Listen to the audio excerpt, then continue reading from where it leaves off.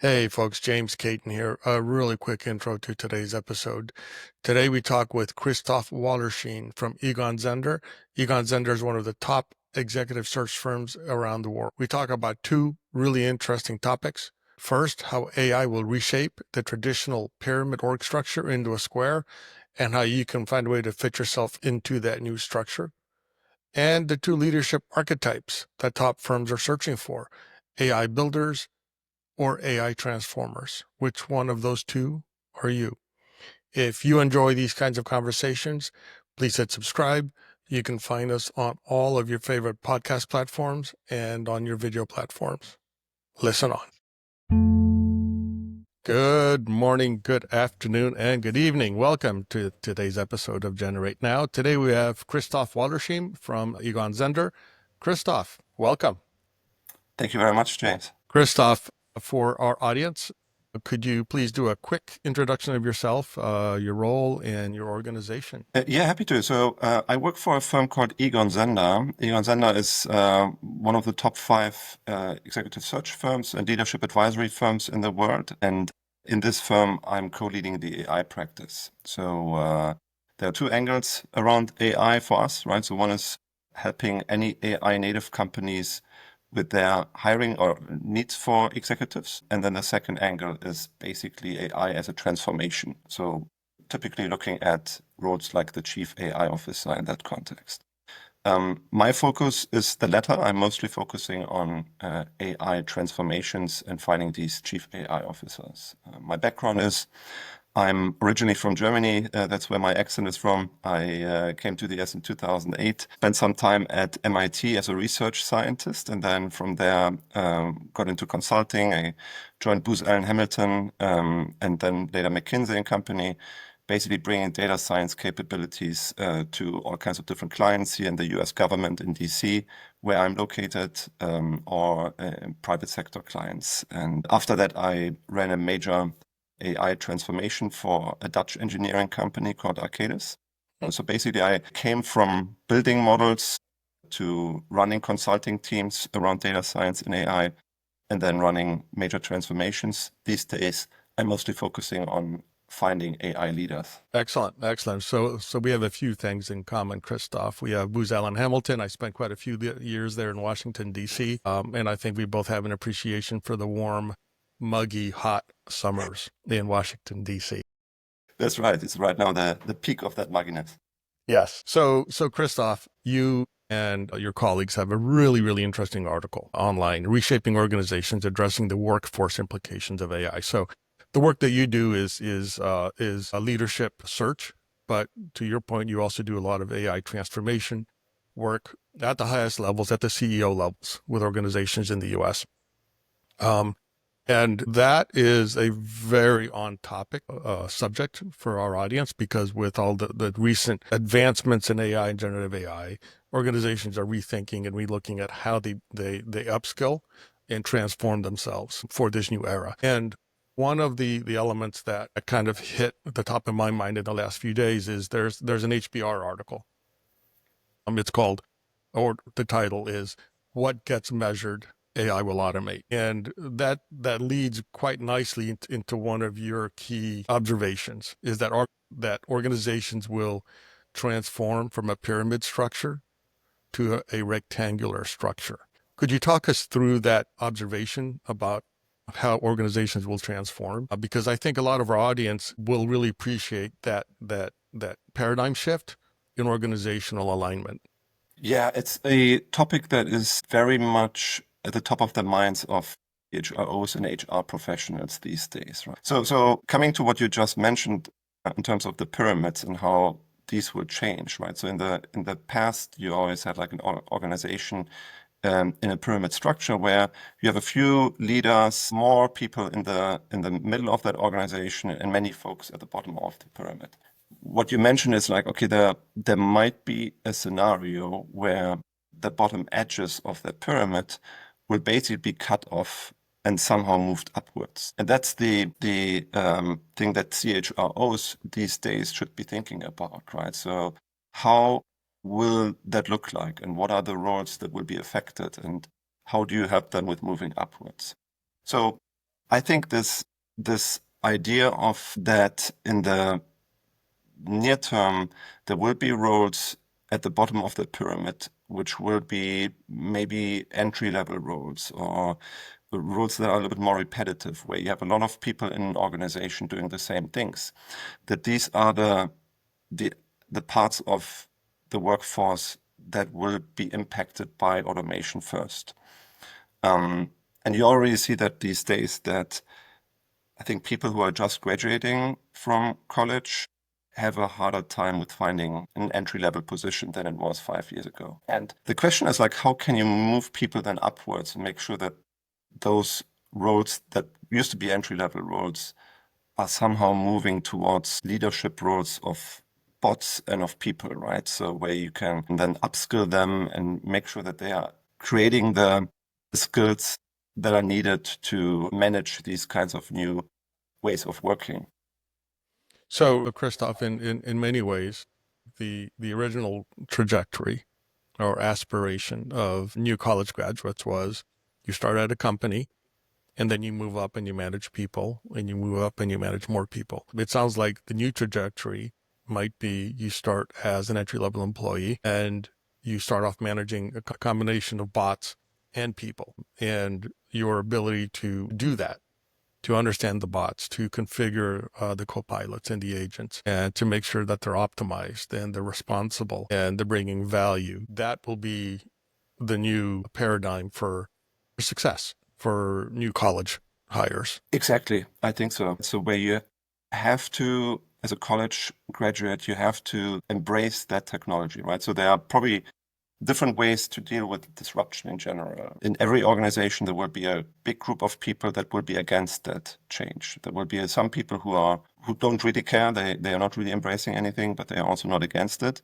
And then there's a smaller group of people who really want to understand what's behind it and they want to embrace this new technology. And I think you probably want to be in that latter group as a college grad. You want to be the one who keeps learning, keeps reading, has an open mind, is curious about this, and then comes into an organization as a college grad with some knowledge about like how to best leverage AI, especially these tools that you just mentioned, like Copilot, right, which is a great way to leverage AI in any job that you're doing there. I think the interesting part will be how organizations will then find the mid-level managers going forward. As you described it correctly, right? So I think in the past you had like, this is where people started in an organization, then they moved upwards while they were becoming more and more successful and understood the role better and the organization better and the industry better. It will be interesting to see how you are feeding then this mid-level management and the top management. So you will have to find people who know the industry very well, who know the use cases in that industry very well, and the AI also very well, who you can then feed somehow into that mid-level management team. So the key for the next generation of employees starting off and then moving themselves up into middle management is going to be to find a way to extract value from that combination of supervising and managing bots and people and extracting the maximum value from that combination. Whereas 50 years ago, it was extracting value, obtaining value, right, from the people that you manage and making sure that you've optimized the processes, et cetera, for the organization. So in some ways, it'll be a new set of skills where you have to manage that combination of people and automation.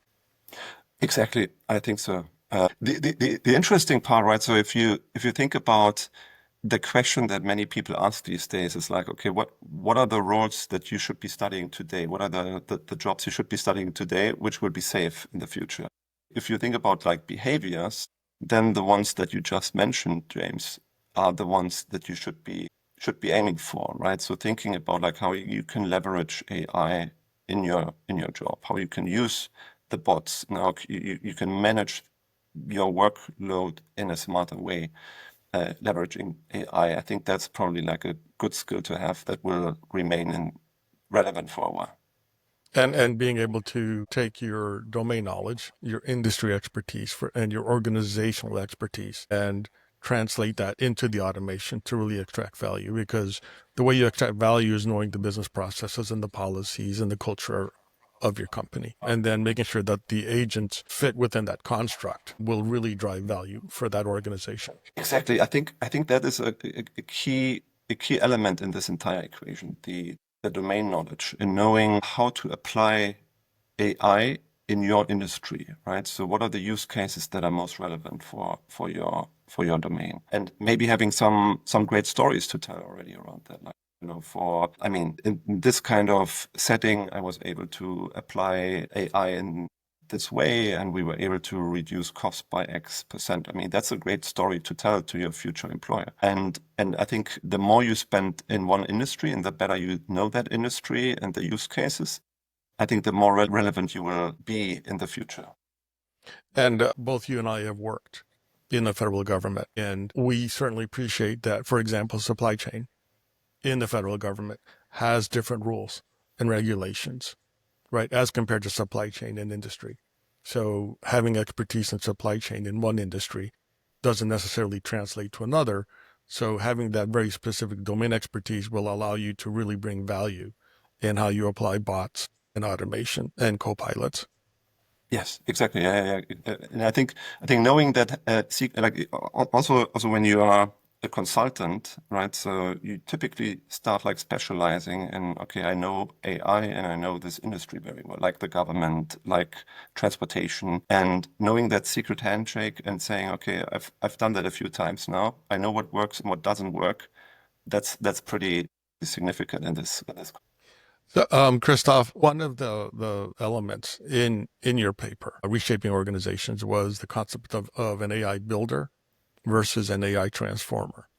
All right. So as you look at organizations, as you work with them at the CEO level, how should they be thinking about the leadership that they bring in, whether they bring in the AI builder, quote unquote, or the AI transformer? So if you could describe both for the audience and then talk through how organizations should think about that. Yeah.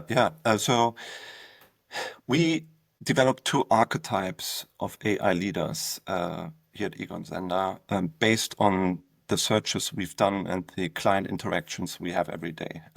We call them the AI builders and the AI transformers, as you said.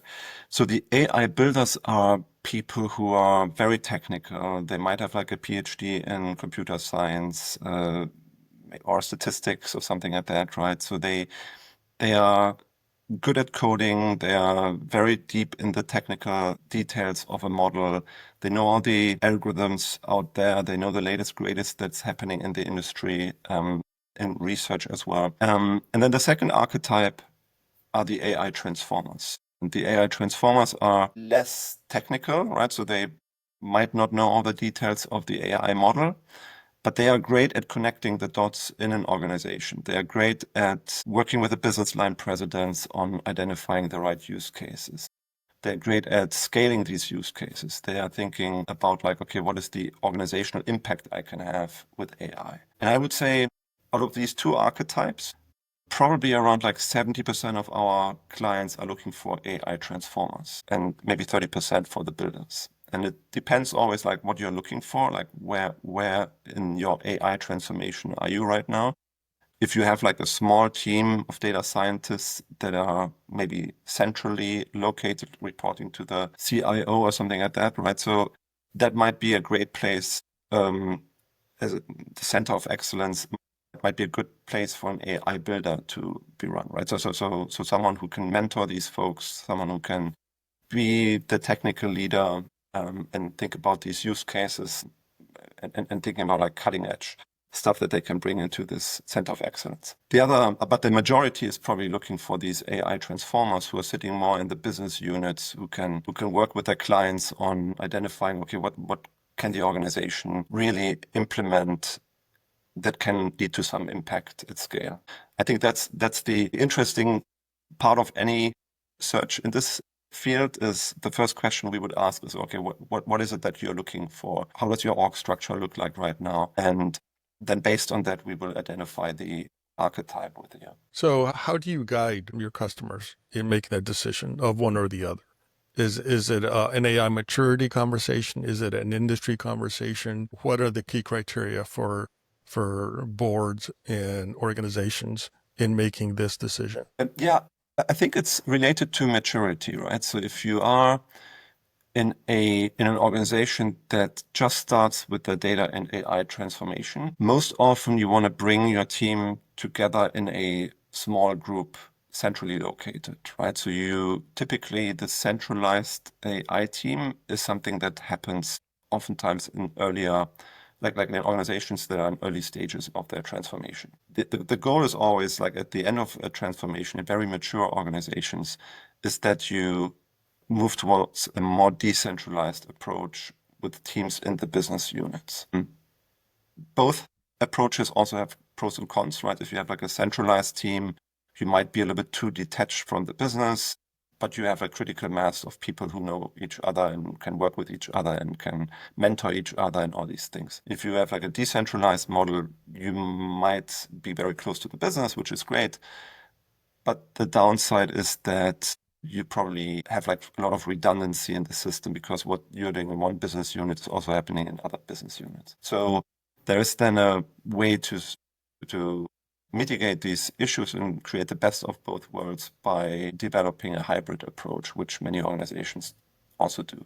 But you're right. So it's a little bit like a maturity thing, right? So when you move from a more centralized to a more decentralized approach, you might also move from a builder towards a more of a transformer. It might also depend on the industry, as you said, right? So there are some industries that are just more mature.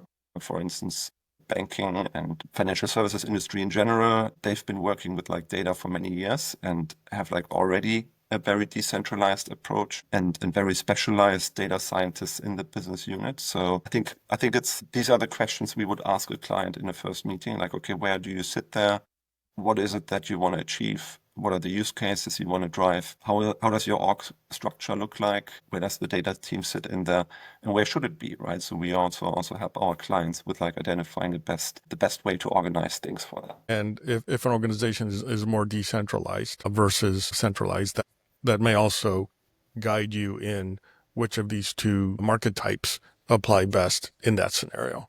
Exactly, yes. I think when you are like a very decentralized organization because you acquired a lot of companies and so on, I think you want to bring things together somehow, right? So I think making sure that you're reducing these redundancies and making sure that you are coordinating your efforts and you're not just like letting everyone do whatever they want to do, but you're also in a space where you can be very close to your business and you can be very close to your customers as well. So there are these pros and cons, and you probably want to create a scenario where you have the best of both worlds. So oftentimes these hybrid structures are helping you to get there.